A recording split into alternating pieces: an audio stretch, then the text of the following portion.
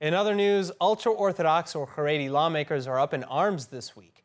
The Knesset is advancing a number of supposed challenges to rabbinical authority in Israel. First, the Knesset is passing a bill through the first of 3 readings after accidentally killing the bill 2 weeks ago. Knesset Speaker Miki Levy hitting the wrong button on the final vote, sending it back through the system. But anyway, if adopted, the bill would reform rabbinical judge appointments by expanding the appointments panel to include more government representatives and women.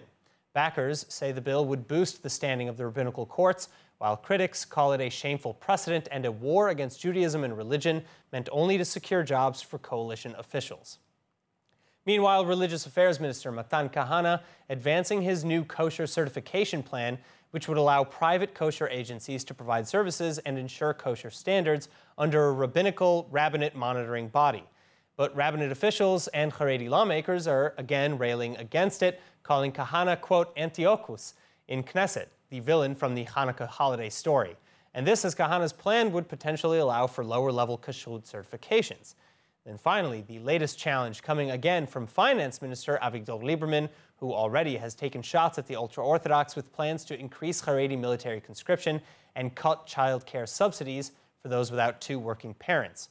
Now, Lieberman is looking for ways to encourage, if not force, more Haredi men into the workforce. But Haredi party leaders, as well as Haredi workforce advocates, are fighting back against this measure, saying that it could actually backfire, as most Haredi men lack the proper training for competitive wage jobs. Further, the emphasis on employing men could force Haredi women out of the market. So are the recent challenges to the ultra-Orthodox status quo a long time coming? Or is the government coalition truly overstepping? Joining me with more, Rabbi Dov Lipman, former Yesh Atid Party Knesset member and co-creator of both the Yad Le'olim and Avodot Lecharedim organizations.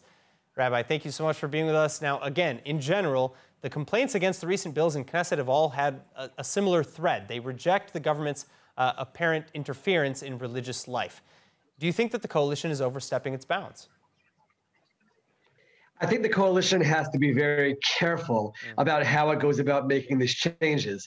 You pointed out in your introduction that there are times when the government might think that it's actually making progress on a certain issue, but it's actually pushing the Haredi community away from that progress.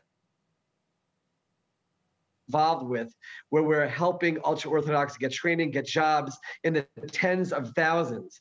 When they see the government cutting back on subsidies, when they see the government interrupting the way of life of the Haredim with all kinds of decisions, it actually pushes them away from joining the workforce sometimes. So I advise an approach which is much more, I'm talking about now on the workforce issue, working together with the Haredi community instead of making what they view as decrees against their community, which actually raises the voices of the more extreme side of the Haredi community instead of the moderate side.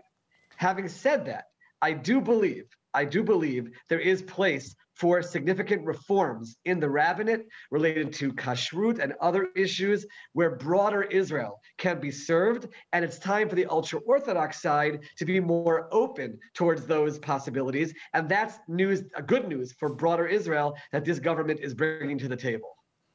All right, so I want to actually move on now to the rabbinical judge appointments. You mentioned kashrut and the workforce. We're going to come back to those issues in just a moment. But with respect to rabbinical judge appointments, the proposal that's on the Knesset floor right now is being to expand the panel that makes appointments to include government officials and more women. What do you make of the criticism that this will hurt Israel's Jewish character and is only meant to secure more jobs for coalition members? The truth is, I see it as a positive development. I think that there's been a very closed group that's been deciding on who the rabbinic judges are, and that has really influenced the nature of who those rabbis are. We have to remember, there's a wide range, even within religious, Orthodox Judaism, of perspectives, and I think it's best for Israel for all of those voices to come to the table. So I actually think it's a positive development to open up those doors a little bit, and I think that, again, the ultra-Orthodox side is very much viewing it as the themselves and protecting the way things have been according to their understanding and their community, but there's a broader Jewish people in Israel, and that has to be taken into account. That is what I believe the coalition is trying to do in this case, and therefore, terminologies that are thrown out there of Antiochus and all kinds of other rhetoric, it's really not the place. That's really politics, by the way. A lot of these people do talk to each other very kindly and nicely behind the scenes, and I think that it is time for progress on that front where every person in Israel can feel they have a representative who's at the table when making these very important appointments for people who will make decisions that have real impact on their lives, especially in critical life cycle events. All right, now I'm actually going to skip the topic of kosher certifications because you and I discussed it very recently on ILTV's Insider last week with co-founder of the Women for the Wall, Leah Aharoni. So instead, let's actually focus on the workforce issue now. Haredim make up 12% of the population today in Israel. They're expected to be 32% of the population by 2065, yet only about 50% of ultra-Orthodox men are currently working. 78% of ultra-Orthodox women work. The Make of Israel says that these numbers are not sustainable for the economy.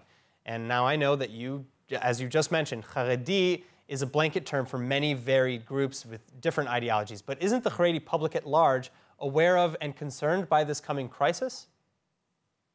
You touched on the most important point right now, Aaron. They are. They are aware, they are concerned, the poverty is unbearable, and they also know that there are tens of thousands of young men who don't belong in yeshiva any longer and need to go to work. So now the question is, what's the best way to go about it?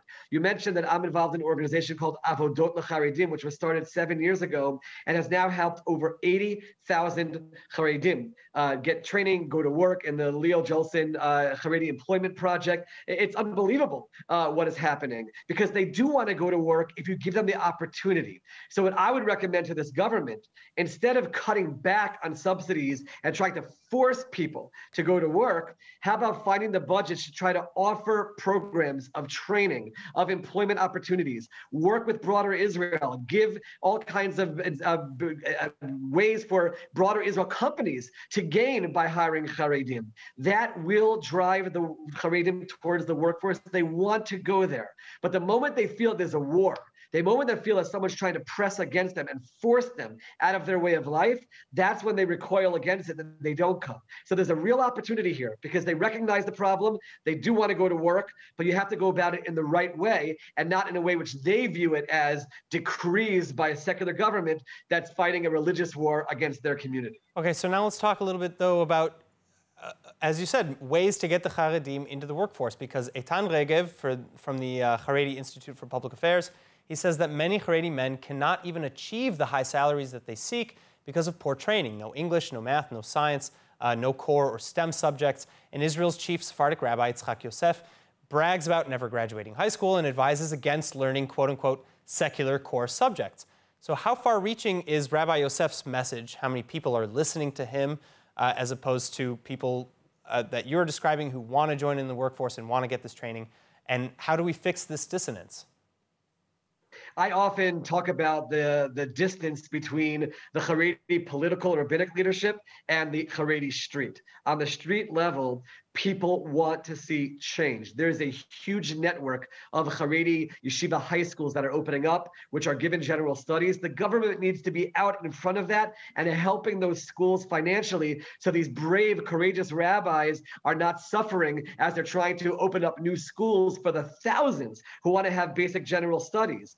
The government needs to be open to spending money on training programs, give them math studies, give them English programs, even when they're in their 20s, find all kinds of ways to catch them up so that they can be in a position to get higher level positions. And I will tell you, in the area of high tech in particular, if opportunities are open to them, these are young men that are used to using their minds, critical thinking, studying Talmud, they can be huge successes in the high tech workforce. We just have to open up those opportunities. So my advice to the government is, go with the moderate Haredim, give them funding for the high schools, give them funding for the training programs, give them money for the employment programs, help Israeli companies who want to hire Haredim, and then you will see huge numbers moving towards the workforce as opposed to the approach of just trying to force them by making things difficult for them economically, which actually brings them back towards the yeshiva and towards the kollel, makes things more difficult for their wives and their families, and that's not doing anything productive for Israel. All right, Rabbi Dov Lipman, thank you so much again, as always, for your insights. Thank you, Aaron.